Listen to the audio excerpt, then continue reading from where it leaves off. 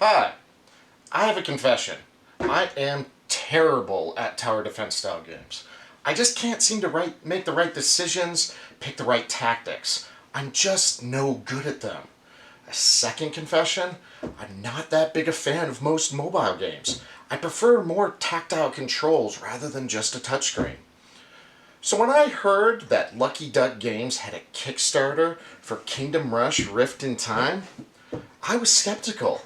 Still, enough was there for me to be very curious. So another backed project eventually found its way to my table. Does changing the format to a tabletop game break my dislike of tower defense? Know Your Role dives in with this review of Kingdom Rush Rift in Time.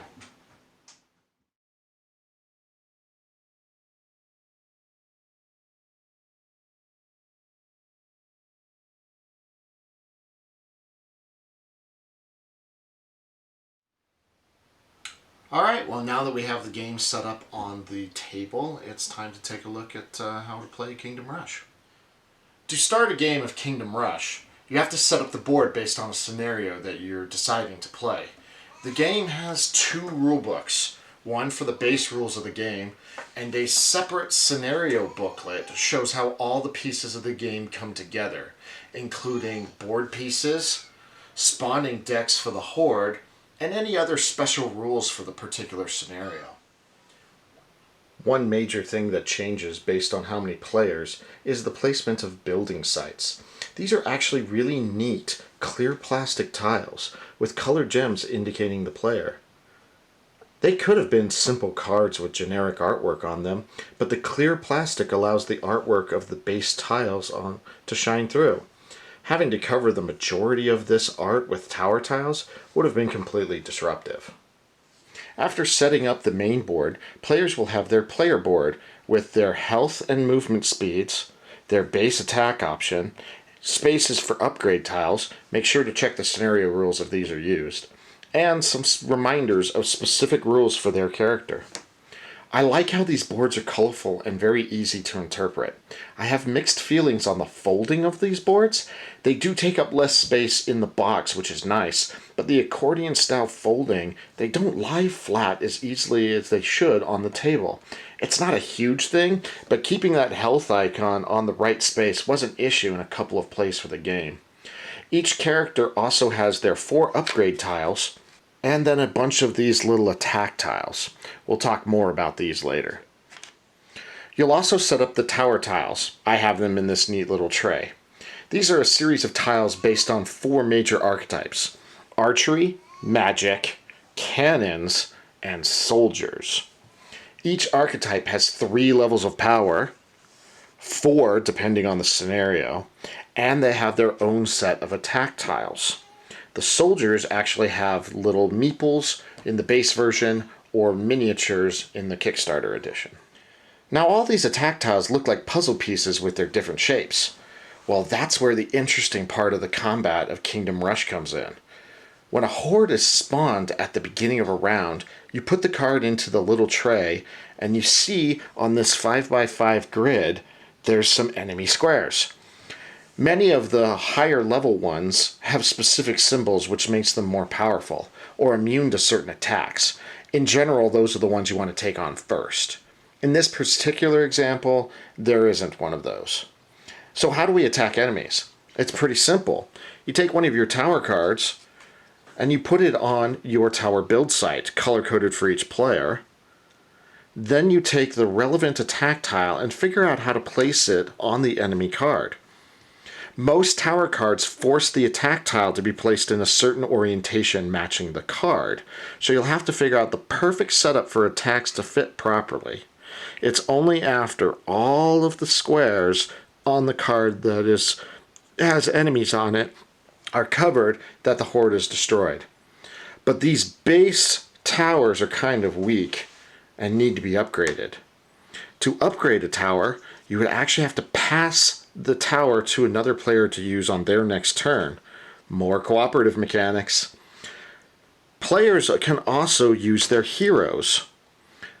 Heroes can cover a lot of space on the enemy horde tile, and they also slow down their progression, but they take damage as they're used and will have to spend some time to recover. So with all of this, rather than tower defense being purely about hit points, it's now a puzzle to optimize the kills. Do you use that low-level tower now, or give to your other players for use next turn? Towers can only aim at certain squares on the path that the horde follow, so players will have to prioritize hordes because you don't want the horde to reach the kingdom. You only have a few hits available before the scenario is lost. Also, there are specific portal tiles in many scenarios. These are way more powerful. They are the main ones to destroy. They are tough. Heroes can't even attack them at all. They have to be hit by certain levels of towers, this one a level 3 only. And they also destroy your towers that are used against them. Also, almost all of their enemies have special symbols on them with extra abilities. If you destroy all the portal tiles and survive to the end of that round, you win.